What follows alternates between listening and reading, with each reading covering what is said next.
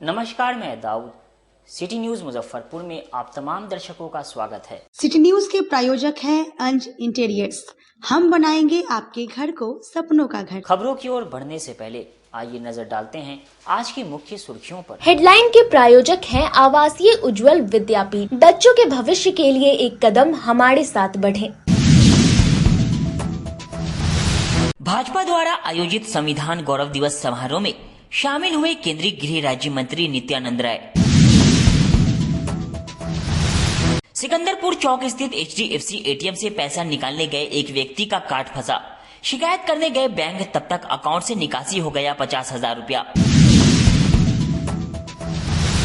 और 76वां गणतंत्र दिवस समारोह पंडित जवाहरलाल नेहरू स्टेडियम में होगी। 9 विभाग की झांकी दिखाई जाएगी, तैयारी हुई पूरी। तो ये थी आज की मुख्य सुर्खियां। अब खबरें विस्तार से। भाजपा द्वारा आयोजित संविधान गौरव दिवस समारोह में शामिल हुए केंद्रीय गृह राज्य मंत्री नित्यानंद राय ने विपक्ष पर सीधा हमला किया। गुरुवार को चांदनी चौक स्थित महेश भगत बनवारी लाल महाविद्यालय के मैदान में जिला भाजपा की ओर से आयोजित संविधान गौरव दिवस समारोह में पहुंचे केंद्रीय गृह राज्य मंत्री नित्यानंद राय का भाजपा नेताओं और कार्यकर्ताओं ने भव्य स्वागत किया।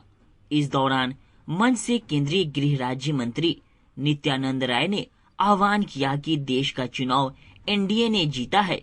2025 में एनडीए बिहार भी जीतेगा। उन्होंने कहा, बहुत अरसे से देश के गरीब, दलित और वंचित समुदाय को इंतजार था कि कोई उनका भी मसीहा आएगा और उनके लिए कल्याणकारी कार्य करेगा। आज जब देश के प्रधानमंत्री नरेंद्र मोदी वंचित, गरीब और दलित समुदाय के विकास के लिए कार्य कर रहे हैं तो उन पर बहुत लोग बुरी नजर डालने का काम कर रहे हैं, लेकिन ये समाज उन्हें कह रहा है कि बुरी नजर वाले तेरा मुंह काला। नित्यानंद राय ने सभा स्थल पर बड़ी संख्या में उमड़े दलित, गरीब और वंचित समुदाय के लोगों को कहा कि हम उन्हें बताना चाहते हैं कि संविधान निर्माता बाबा साहेब भीमराव अंबेडकर का अपमान करने वाली कांग्रेस का साथ दे रहे हैं राजद और कम्युनिस्ट पार्टी। अब सावधान हो जाएं, क्योंकि गरीब, दलित और वंचित समुदाय के लोग इस अपमान का बदला लेने को तैयार हैं। वह कांग्रेस से सवाल करें कि भारत का संविधान तैयार करने वाले बाबा साहब को 2 बार चुनाव हराकर भारतीय संसद में प्रवेश से वंचित क्यों किया। व्यक्ति जो दुनिया का सबसे लोकप्रिय नेता है, तो हम भारतीयों का, बिहारियों का सौभाग्य है कि उस नेता का नाम श्री नरेंद्र मोदी है। बहुत दिनों से इस देश के गरीब, वंचित, दलित एक सपना देख रहे थे कि हमारा भी कोई मसीहा आएगा और हमारे घर में भी खुशियां आएंगी। उस खुशियों को लाने वाले हमारे प्रधानमंत्री आदरणीय नरेंद्र मोदी पर बुरी नजर डालने के लिए वैसे लोग जो अनुसूचित जाति का, दलितों का, वंचितों का, गरीबों का, सभी का जो कल्याण चाहने वाला है, कुछ ऐसे विरोधी दल के लोग जो उन पर बुरी नजर डाल रहे हैं, तो जनता ही कहती है कि बुरी नजर वाले तेरा मुंह, बुरी नजर वाले तेरा मुंह। कोई उपाय नहीं है विपक्षियों। देश जीते हैं 2025 में बिहार भी जीतेंगे। और संविधान गौरव दिवस के इस कार्यक्रम में आज जिस संख्या में हमारे यहाँ दलित, अनुसूचित जाति भाई आए हैं, मैं एक बात बताना चाहता हूं कि किस प्रकार से कांग्रेस ने और अब आरजेडी जैसे, कम्युनिस्ट जैसे पार्टियां ने आज बाबा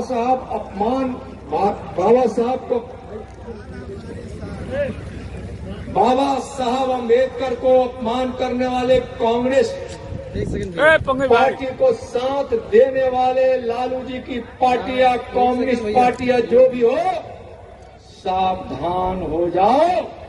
दलितों की वोट से, दलितों की चोट से आपका सत्यानाश होने वाला है। बाबा साहब अम्बेडकर के अपमान का बदला इस देश का गरीब, वंचित और दलित लेगा। आज हम कांग्रेस से पूछना चाहते हैं, और आप भी इस बात को पूछिए कांग्रेसियों से, आरजेडी वालों से, कम्युनिस्ट वालों से, कि बाबा साहब अम्बेडकर को 2 बार चुनाव में हरा कर भारत के पार्लियामेंट में कौन नहीं जाने दिया, कौन नहीं जाने दिया? सीधा सवाल पूछिए। जिसने इस देश के संविधान की रचना की, ड्राफ्टिंग कमेटी के अध्यक्ष थे भारत रत्न भीमराव अंबेडकर जी। कांग्रेस ने प्रत्याशी भी खड़ा किया और जवाहरलाल की बुरी नीयत ने उनको हराया भी। बाबा साहब अंबेडकर के चुनाव प्रचार में खुद प्रधानमंत्री रहते हुए उस समय जवाहरलाल जी, काका कालेकर, जिनकी मैं चर्चा करूंगा, लेकिन आप यह बताइए कि जिस प्रकार से संविधान में इस देश से गरीबी मिटाने की भावना थी, इस देश में समानता के अधिकार लाने की भावना है, जिस प्रकार से इस संविधान में गरीबों को, वंचितों को अधिकार देकर सम्मानित और उसके उत्थान करने की भावना थी, 75 वर्ष आजादी के बीत गए। इसमें अधिकांश समय कांग्रेस या कांग्रेस के समर्थन देने वाली पार्टियों की सरकार रही है। गरीबी एक नहीं मिटी। और गरीब कौन है? हमारे दलित भाई हैं, हमारे वंचित भाई हैं, हमारे पिछड़े भाई हैं। सिकंदरपुर चौक स्थित HDFC के ATM में पैसा निकालने गए एक व्यक्ति का कार्ड फंस गया। बैंक में शिकायत करने गए, तब तक अकाउंट से 50,000 रुपया निकाल लिया गया। गुरुवार को सिकंदरपुर की बोरा व्यवसायी सूरज कुमार को व्यापारी को बकाया राशि लौटाना था, इसलिए वह रामगढ़ चौक स्थित HDFC बैंक के ATM से पैसा निकालने पहुंचे। जैसे ही मशीन में ATM और पिन डाला, पैसे की निकासी नहीं हुई, उल्टे ATM मशीन में चिपक गई। पीछे खड़े एक व्यक्ति ने बताया कि बैंक जाकर कंप्लेन करे। घबराहट में वहां से निकलकर बैंक के लिए चले गए। इसी दौरान रास्ते में ही उनके मोबाइल पर 3 मैसेज आया, जिसमें पहले और दूसरे मैसेज 20,000 निकासी का था, जबकि तीसरा मैसेज 10,000 निकासी का था। इसके बाद उन्होंने बैंक और साइबर थाने में ऑनलाइन कंप्लेन दर्ज कराया। सूरज कुमार ने बताया कि सिकंदरपुर थाना क्षेत्र के सिकंदरपुर मोड़ के पास स्थित HDFC के ATM से पैसा निकासी करने आए थे और फ्रॉड ने निशाना बना लिया। उन्होंने बताया कि ATM मशीन के पास पहले से एक व्यक्ति खड़ा था। जैसे ही ATM मशीन के पास पहुंचे, वह पीछे से खड़ा हो गया। ATM कार्ड मशीन में चिपक गई। लाख कोशिशों के बावजूद भी मशीन से ATM बाहर नहीं निकला। पीछे खड़े फ्रॉड ने कहा कि अब आप जाकर कंप्लेन करें, तभी आपका ATM कार्ड बाहर निकलेगा। वहां से ATM कार्ड छोड़कर बैंक के लिए निकल गए। इस दौरान उनके खाते से 50,000 की ट्रांजैक्शन कर ली गई। पूरे मामले को लेकर सिकंदरपुर थाना प्रभारी रमन राज ने बताया कि ATM मशीन से पैसे निकासी का आवेदन मिला है। पुलिस मामले की अनुसंधान कर रही है। ATM में लगे CCTV कैमरे के फुटेज के लिए बैंक को मेल की गई है। CCTV फुटेज आने के बाद फ्रॉड की पहचान कर कार्रवाई की जाएगी। हमारे भैया के साथ सिकंदरपुर चौक पे जो ATM है, उससे भैया आए थे पैसा निकालने, सामान खरीदने के लिए। तो ATM उसी में फंसा हुआ रह गया। कोई केमिकल उमकल शायद यहाँ घटना भी लगभग 4-5 दिन से यहाँ लगातार घट रहा है। तो ATM अभी भी उसी ATM में लगा हुआ है और पैसा का निकासी भैया के ATM से हो गया है 50,000 रुपया। 2 बार 20,000, एक बार 10,000 रुपये का निकासी हो गया। ATM चौक पे खुला हुआ है, लेकिन न कोई सुख है ना सुविधा। और जब ट्रांजैक्शन कीजिएगा 23 रुपये पर ट्रांजैक्शन पे करता है, तो सुविधा बैंक को देना चाहिए। कोई गार्ड नहीं है, कोई व्यवस्था नहीं है। अभी भी ATM मेरा उसी में फंसा हुआ है। मेरे अकाउंट से 50,000 रुपया कट गया। क्या बोला बैंक में गए तो बोले कि थाना जाइए, साइबर जाइए। साइबर गए तो बोले थाना अब जा रहे हैं, थाना पे कंप्लेन करने। एक और आदमी आ गया जिसका 50,000 रुपया मेरे अकाउंट से कट गया, भैया के अकाउंट से। पैसा निकासी के समय कार्ड अंदर आ गया, उसमें कोई केमिकल साटे हुए था कि हैंग किए हुए है। अभी लगले है? हाँ, अभी लगा हुआ है, उसी में टुकड़ा फंसा हुआ है। पैसा निकल गया है? पैसा विड्रॉल हो गया है, 2-20 1-10 50,000 का निकासी हुआ है। कैसे पता चला है कि निकासी मैसेज आया है। मैसेज आया है? कितना निकला? 2 है, 20-20 1-10। कंप्लेंट किए हैं? हाँ, कंप्लेन जा रहे हैं थाना पे करने, सिकंदरपुर थाना। बैंक में गए हैं, बोले थाना कंप्लेन कॉपी लेके आइए, वीडियो फुटेज हम लोग निकाल के देखेंगे। जिले के खादी ग्रामोद्योग में बना तिरंगा प्रयागराज तक पहुंचा। देखिए ये रिपोर्ट। मुजफ्फरपुर जिला खादी ग्रामोद्योग संघ ने आगामी गणतंत्र दिवस को लेकर तिरंगा तैयार करना शुरू कर दिया है। अब तक करीब 10,000 से अधिक खादी का तिरंगा तैयार कर दिया गया है। तिरंगा के अलावा खादी की टोपी, कुर्ता और पैजामा भी तैयार किया गया है। खादी का झंडा 3 आकार में तैयार किया गया है। यह जिले के अलग अलग खादी ग्रामोद्योग संघ की दुकानों पर उपलब्ध है। इसे तैयार करने में मुजफ्फरपुर के करीब 132 बुनर, रंगरेज और कारीगर लगे हुए हैं। आपको बता दें कि तिरंगे की उत्तर बिहार के अन्य जिलों से भी मांग आ रही है। इसके साथ ही दूसरे प्रदेश जैसे जम्मू कश्मीर, हिमाचल और राजस्थान से भी खादी की तिरंगा की डिमांड आई है। जिले के तमाम सरकारी और अधिकांश निजी कार्यालयों में खादी ग्रामोद्योग की ओर से निर्मित झंडा ही फहराया जाता है। बिहार खादी ग्रामोद्योग संघ के मंत्री वीरेंद्र कुमार ने बताया कि हमने 15 अगस्त को 30,000 तिरंगा बनवाया था। उसमें से 10,000 26 जनवरी यानी गणतंत्र दिवस के लिए है। 2,000 तिरंगा को प्रयागराज महाकुंभ में भेजा गया, जबकि गणतंत्र दिवस पर वहां टेंट सिटी में तिरंगा फहराया जाएगा। खादी के तिरंगे की मांग खूब रहती है, इसके लिए इस बार भी हमने विशेष तैयारी की है। जो है माने अन्य प्रदेश से भी आया है डिमांड, जिसमें हिमाचल है, जम्मू कश्मीर है, राजस्थान है, वहाँ से भी डिमांड आया है। और अभी महाकुंभ मेला जो लगा है वहाँ भी अच्छी बिक्री हो रही है और वहाँ भी हम लोग भेजे हैं माल। तो क्या चीज़ का बना हुआ रहता है तिरंगा? एक खादी का बनता है, खादी कपड़े का बनता है। तो कैसे तैयार करते हैं? हम लोग पहले उसका कपड़ा को माने क्या कहते हैं, रंगाई कराते हैं, उसके बाद सिलाई कराते हैं, उसके बाद मुहर लगता है, उस पर चक्र का छाप होता है। अशोक नहीं चक्र, अशोक चक्र नहीं, चक्र। अच्छा। और उसके बाद तैयार होता है झंडा। पैकिंग करके हम लोग भेजते हैं, जहाँ जितना डिमांड आया वो उस हिसाब से भेजते हैं। तो लगभग कितना डिमांड हो गया होगा? अभी तक एवरेज 10,000 से ऊपर झंडे का डिमांड है। जी। मार्केट का क्या है स्थिति? अच्छी मार्केट में अच्छा है। प्रशासनिक जगह पे तो और प्रशासनिक जगह जो भी है, जो जिला अधिकारी है और एसपी कार्यालय है और सब अन्य विभाग सब है, ब्लॉक है स्तर पर है, वहाँ भी पंचायत स्तर पर भी डिमांड है इसका।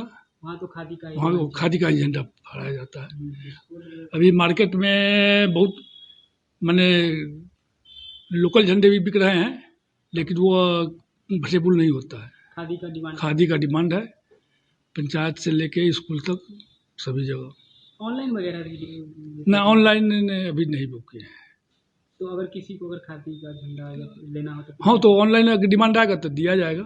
आपका लोकेशन कैसे रहेगा? मुजफ्फरपुर जिला खादी ग्रामोद्योग संघ के हिसाब से ले सकते हैं। एक तिरंगा का कितना प्राइस होगा? एक तिरंगा का जो हम लोग के यहाँ है। कड़ाके की ठंड और घने कोहरे की वजह से लंबी दूरी से चलने वाली ट्रेन कई घंटे लेट चल रही है। ठंड व कोहरे से रेलवे की भी परेशानी बढ़ गई है। कोहरा ने ट्रेनों की रफ्तार पर ब्रेक लगा दिया है। इस कारण उत्तर बिहार से बिहार या मुजफ्फरपुर आने वाली ट्रेनें 15-15 घंटे की देरी से पहुंच रही है। बुधवार को मुजफ्फरपुर जंक्शन पर 10 प्रमुख ट्रेनों 1 से लेकर 15 घंटे तक लेट रही। नई दिल्ली दरभंगा 02570 क्लोन एक्सप्रेस 15 घंटे और नई दिल्ली बरौनी 02564 क्लोन एक्सप्रेस 6 घंटे 26 मिनट की देरी से आई। वहीं 02563 बरौनी नई दिल्ली क्लोन एक्सप्रेस जंक्शन पर 8 घंटे 23 मिनट की देरी से पहुंची। 12554 वैशाली सुपरफास्ट भी 2.5 घंटे लेट रही। इसके अलावा 15706 चंपारण हमसफर एक्सप्रेस 3 घंटे 51 मिनट, 15708 आम्रपाली एक्सप्रेस 1 घंटा 41 मिनट और 11123 ग्वालियर बरौनी मेल एक्सप्रेस 2 घंटे 15910 अवध असम एक्सप्रेस 2 घंटे 40 मिनट की देरी से पहुंची। 12566 बिहार संपर्क क्रांति एक्सप्रेस 2 घंटे और रक्सौल हावड़ा मिथिला एक्सप्रेस 3 घंटे 31 मिनट की देरी से जंक्शन पर पहुंची। उधर ट्रेनों के लेट होने से उसमें सवार यात्रियों को ठंड व कनकनी के कारण परेशानी हुई। जंक्शन पर भी ट्रेनों का इंतजार कर रहे यात्री घंटों ठिठुरने को मजबूर हुए। तेज पछुआ हवा के कारण यात्रियों को काफी परेशानी हुई। ग्रामीण इलाकों में खेल प्रतिभा को उभारने के लिए सरकार मनरेगा के तहत सभी प्रखंडों में खेल मैदान का निर्माण करा रही है। मुजफ्फरपुर जिले के ग्रामीण इलाकों की खेल प्रतिभाओं को निखारने के लिए हर पंचायत में खेल मैदान बनाया जा रहा है। राज्य सरकार की इस महत्वाकांक्षी योजना का कार्यारंभ हो चुका है। इस योजना के तहत 16 प्रखंडों की सभी पंचायतों में खेल मैदान के जरिए ग्रामीण क्षेत्रों में खेल प्रतिभाओं को निखारा जाएगा। इन खेल मैदानों को ग्रामीण विकास विभाग द्वारा मनरेगा योजना से विकसित किया जा रहा है। जिले में कुल 387 खेल मैदानों का निर्माण हो रहा है। इस पर लगभग 35.57 करोड़ रुपए की लागत आने का अनुमान है। मनरेगा के डीपीओ अमित कुमार ने बताया कि क्षेत्रफल के अनुसार सभी पंचायतों में खेल मैदान विकसित किया जा रहा है। इसमें 1 एकड़ से नीचे 1 से 1.5 एकड़ और 4 एकड़ तक के क्षेत्रफल वाले खेल मैदानों को तैयार किया जा रहा है। क्षेत्रफल के अनुसार ही उनमें बास्केटबॉल, वॉलीबॉल, फुटबॉल मैदान के अलावा रनिंग ट्रैक का निर्माण कराया जाएगा। सभी मैदानों का निर्माण 15 मार्च तक पूरा कर लिया जाएगा। तहत पार्क बनाने को लेकर के तो निर्देश नहीं है, लेकिन जहाँ पे उपयुक्त है वहाँ पे हम लोग वृक्षारोपण और लैंड डेवलपमेंट करके एक पार्क का स्वरूप दे रहे हैं। विशेषकर ऐसे क्लस्टर्स में जहाँ की आबादी सघन है तो वहाँ उनको घूमने टहलने इत्यादि की व्यवस्था की जा रही है। अभी तक 5 स्थानों पे इस प्रकार के कार्यों को कराया जा रहा है, जिसमें कि 2 का काम कंप्लीट भी हो चुका है। एक कुर्नी में है और एक यहाँ मुशहरी के नरौली में है। अन्य स्थानों पर भी किया जा रहा है। रही बात ये स्पोर्ट्स जो फैसिलिटीज़ बनाई जा रही है, उसमें यह है कि राज्य सरकार की तरफ से निर्देश प्राप्त है कि हम लोग सभी पंचायतों में जहाँ जगह उपलब्ध हो, कम से कम 0.7 एकड़ ज़मीन चाहिए, वहाँ पर न्यूनतम 4 खेल सुविधाओं वाले, जिसमें कि एक बास्केटबॉल, दूसरा वॉलीबॉल, तीसरा बैडमिंटन कोर्ट और चौथा रनिंग ट्रैक का निर्माण मनरेगा से किया जाना है।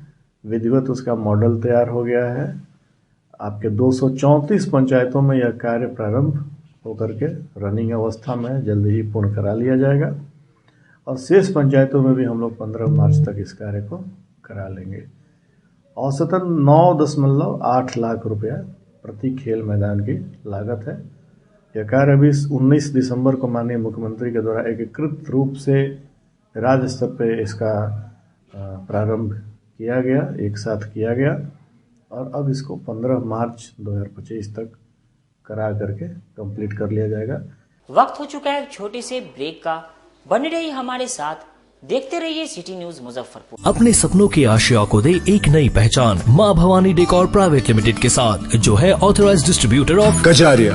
देश की मिट्टी से बनी टाइल से देश को बनाते हैं और जहाँ मिलती है सभी प्रकार के Indian and imported granite, marble, sanitary एवं कोटा स्टोन का अनोखा एवं आकर्षक संग्रह। माँ भवानी डेकोर प्राइवेट लिमिटेड मतलब a complete floor solutions. New 0 mile Dadar road Muzaffarpur. Call 9934753111।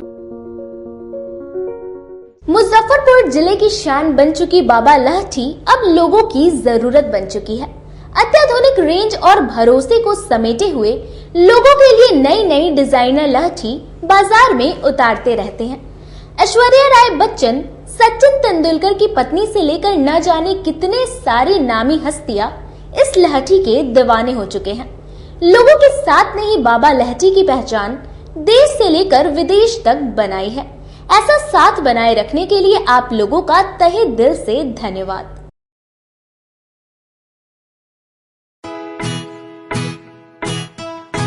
लगातार 10 वर्षों से विभिन्न परीक्षाओं में सर्वश्रेष्ठ परिणाम। हम हैं आवासीय उज्ज्वल विद्यापीठ मुजफ्फरपुर। इस स्कूल में सर्वश्रेष्ठ कोचिंग पैटर्न से बच्चों को पढ़ाया जाता है। प्ले से 10वीं तक की पढ़ाई स्वच्छ वातावरण में कराई जाती है। यहाँ आधुनिक छात्रावास की व्यवस्था है। उज्ज्वल विद्यापीठ का मुख्य उद्देश्य रामकृष्ण मिशन, नवोदय नेतरहाट, सैनिक स्कूल, सिमुलतला गुरुकुल, सिंधिया कन्या विद्यालय जैसे अनेक भारतवर्ष के प्रतिष्ठित विद्यालयों में कुशल प्रशिक्षित अनुभवी एवं शहर के सर्वश्रेष्ठ शिक्षकों द्वारा तैयारी कराई जाती है। 1.5 एकड़ में फैला इस स्कूल का वातावरण काफी शांत है। Free computer classes, science lab और स्मार्ट क्लासेस है। साथ ही इंडोर और आउटडोर गेम की भी व्यवस्था है। तो अपने बच्चों के लक्ष्य के सपनों को पूरा कराना चाहते हैं तो आज ही आवासीय उज्ज्वल विद्यापीठ में अपने बच्चों का नामांकन करवाएं। हमारा पता है पोखरिया पीठ अतरदा मुजफ्फरपुर और हमारा कॉन्टेक्ट नंबर है 9708 351851 और हमारा दूसरा नंबर है 8797122397 या फिर आप हमें कांटेक्ट कर सकते हैं 8409996658 पर। आजकल की बिजी जिंदगी में स्टाइल तो है पर कंफर्ट का क्या?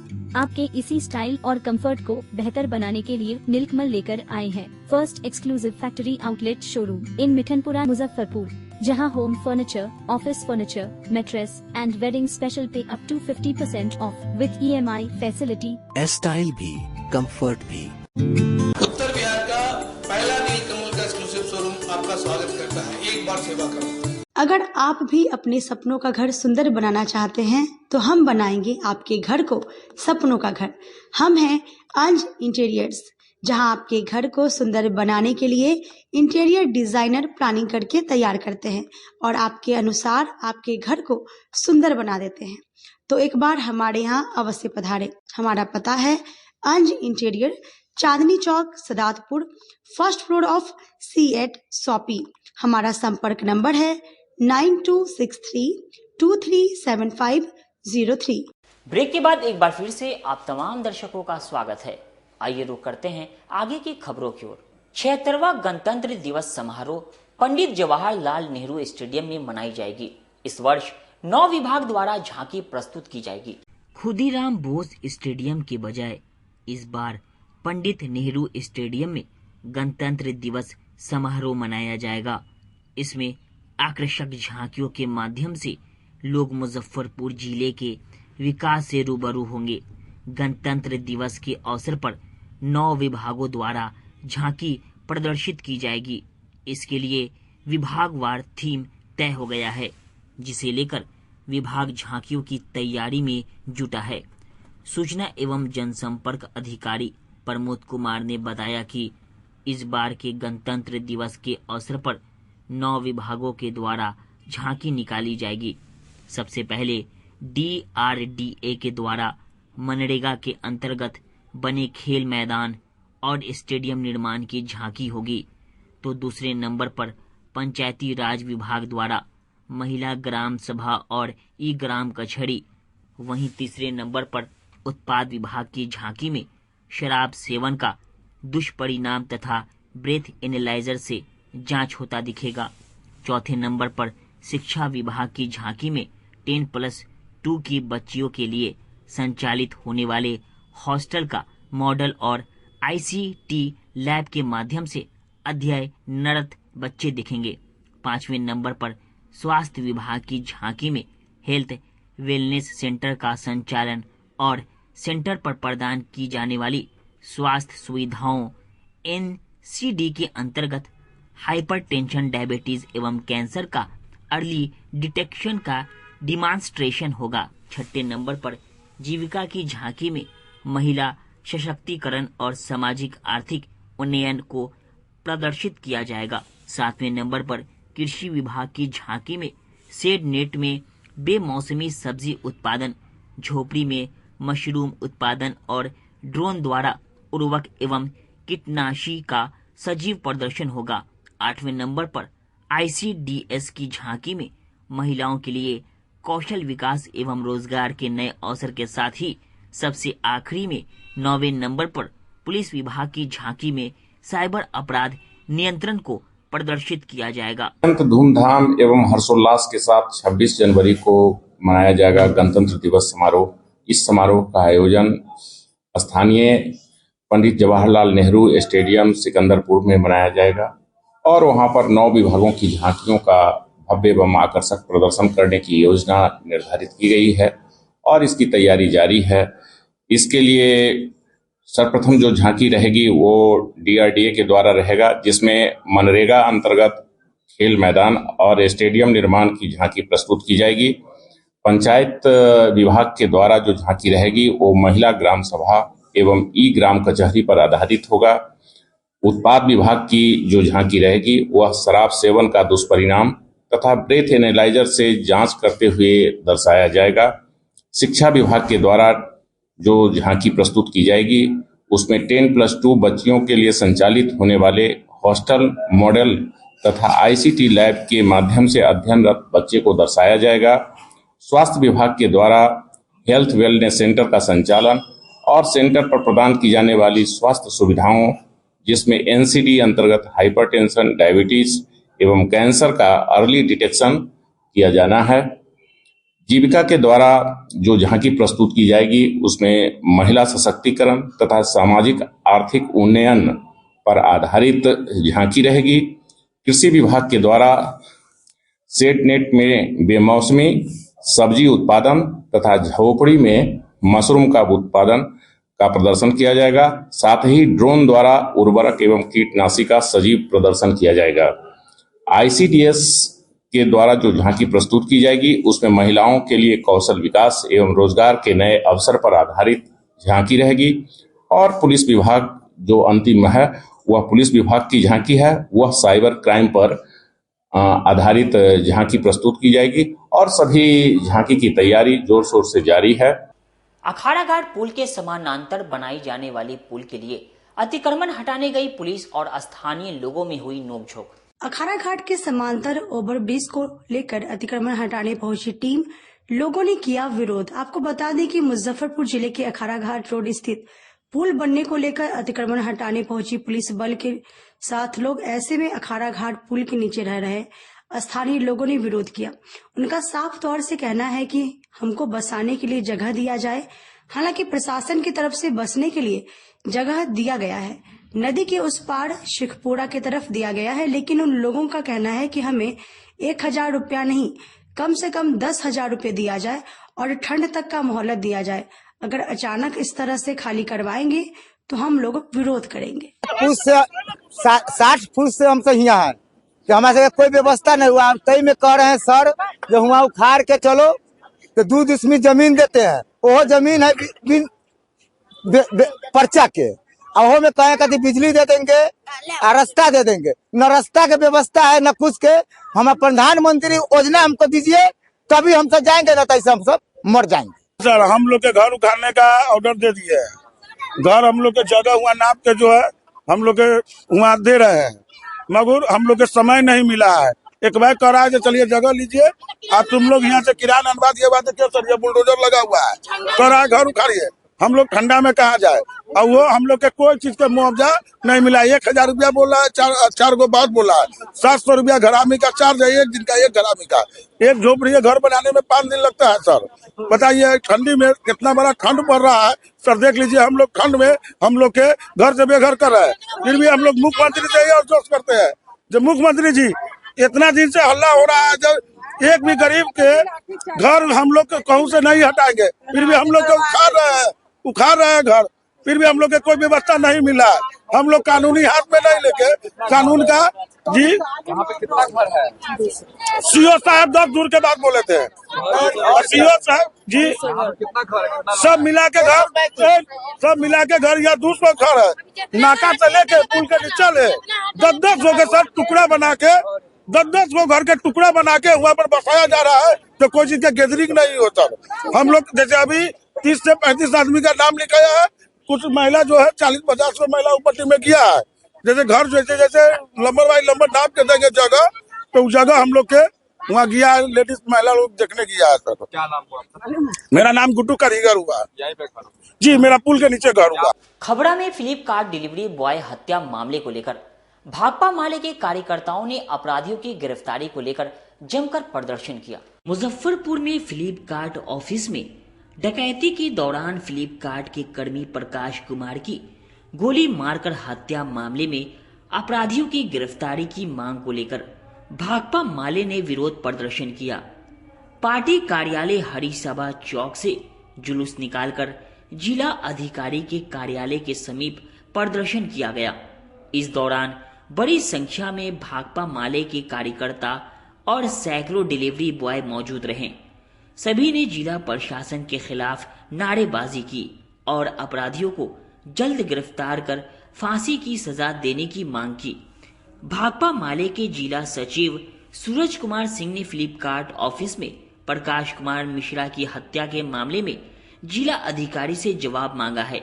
उन्होंने कहा कि घटना के 4 दिन बाद भी हत्यारों की गिरफ्तारी नहीं हुई है और कंपनी के अधिकारी भी पीड़ित परिवार से बातचीत नहीं कर रहे हैं। प्रकाश कुमार मिश्रा की हत्या 19 जनवरी को मुजफ्फरपुर के खबरा स्थित फ्लिपकार्ट के गोदाम में हुई थी।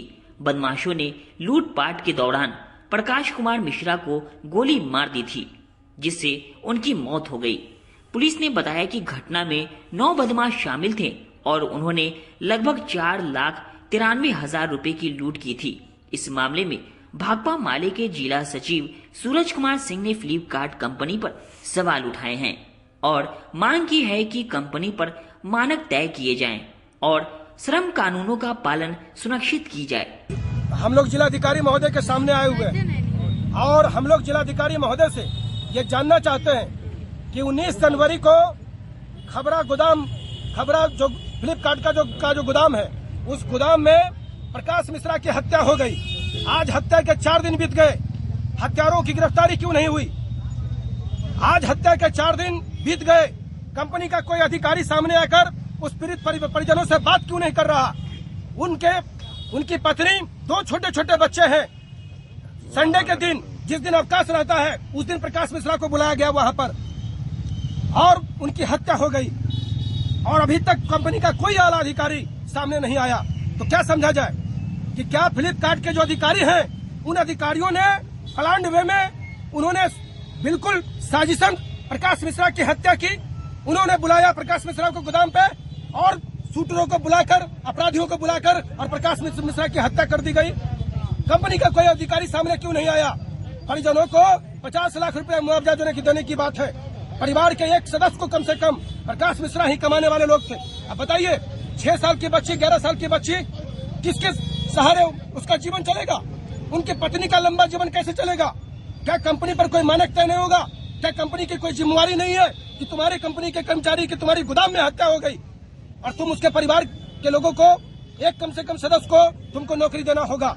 और जान जाइए, ये जो पूरा ई कॉमर्स की जो कंपनी है, ये ई कॉमर्स की कंपनी खुलेआम इस देश के अंदर श्रम कानूनों से लेकर और लोगों के जो मौलिक अधिकार है, उन मौलिक अधिकारों से खेलने का काम कर रही है। ये ई कॉमर्स की कंपनी अपने यहाँ जो कर्मचारियों को खटवाती है, जानते हैं, इस देश के अंदर में काम का घंटा तय है। सरकार ने तय कर रखा है कि काम का घंटा इस देश के अंदर में 8 घंटा होगा और 8 घंटा से ज्यादा जो ही काम ऊपर बढ़ेगा तो हर घंटे वो ओवर टाइम डबल काउंट होता है। लेकिन जान जाइए, सुबह में 6 बजे इन कर्मचारियों को बुलाया जाता है गोदाम पर। ये डिलीवरी बॉय हैं, इनको डिलीवरी करना है, लेकिन गोदाम पर बुलाकर इन तमाम लोगों को गाड़ियों पर से पूरे पार्सल को उतारो, गोदाम में ले जाओ, उसको निकालो, छाटो, ये सारे काम इन तमाम लोगों से करवाया जाता है। 6 बजे ये लोग आएंगे और 10 बजे रात में ये लोग जो है कि अपने घर को वापस आते हैं। इनके जान माल की सुरक्षा की क्या गारंटी है कंपनी के पास? जब आपके गोदाम के अंदर एक कर्मचारी की जान सुरक्षित नहीं है, तो फिर रास्ते में इनकी जान कहां से सुरक्षित होगी? तुर्की में केंद्रीय गृह राज्य मंत्री नित्यानंद राय ने एक पेड़ मां के नाम कार्यक्रम की शुरुआत की। तुर्की में स्थित RDJM मेडिकल कॉलेज में केंद्रीय गृह राज्य मंत्री नित्यानंद राय का भव्य स्वागत किया गया। इस अवसर पर एक पेड़ मां के नाम से पौधारोपण कार्यक्रम की शुरुआत की गई। कॉलेज प्रांगण में केंद्रीय गृह राज्य मंत्री ने वृक्षारोपण भी किया। साथ ही पेड़ लगाने के फायदे और उसके महत्व पर रोशनी डाली। वहीं RDJM मेडिकल कॉलेज के प्रबंध निदेशक राजीव कुमार शर्मा ने कहा कि माननीय प्रधानमंत्री का आग्रह है कि सभी लोग अपनी अपनी मां के नाम से एक पेड़ लगाएं। इसी कड़ी में RDJM मेडिकल कॉलेज में भी ये प्रोग्राम आयोजित किया गया और केंद्रीय गृह राज्य मंत्री नित्यानंद राय जी का आगमन हुआ। साथ ही कॉलेज में 600 से ज्यादा पेड़ लगाने का लक्ष्य रखा गया है, जिससे वातावरण को भी फायदा पहुंचेगा। क्या कुछ कह रहे हैं केंद्रीय गृह राज्य मंत्री नित्यानंद राय और मेडिकल कॉलेज के प्रबंध निदेशक राजीव कुमार, देखते हैं इस खास रिपोर्ट में। जा रहा है जिसके अंतर्गत माननीय प्रधानमंत्री जी के द्वारा आग्रह किया गया है सभी लोगों को, सभी व्यक्तियों को एक एक पेड़ अपनी मां के नाम लगाने के लिए। इसी कार्यक्रम में माननीय गृह राज्य मंत्री नित्यानंद राय जी ने यहां आने का अपना समय दिया इस कॉलेज प्रांगण में और इस कार्यक्रम की शुरुआत की। इस कॉलेज में लगभग 600 MBBS के छात्र पढ़ रहे हैं और उन सब लोगों ने माननीय मंत्री जी के सामने यह वचन दिया है कि सब लोग एक एक पेड़ लगाएंगे।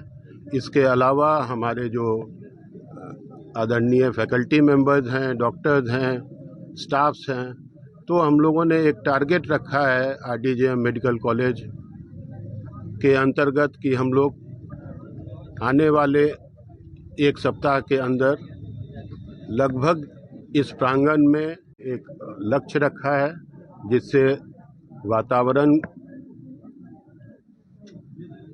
एनवायरनमेंट को हम लोग और बेहतर कैसे बना सकें, उसमें हमारा और हमारे बच्चों का योगदान रहे।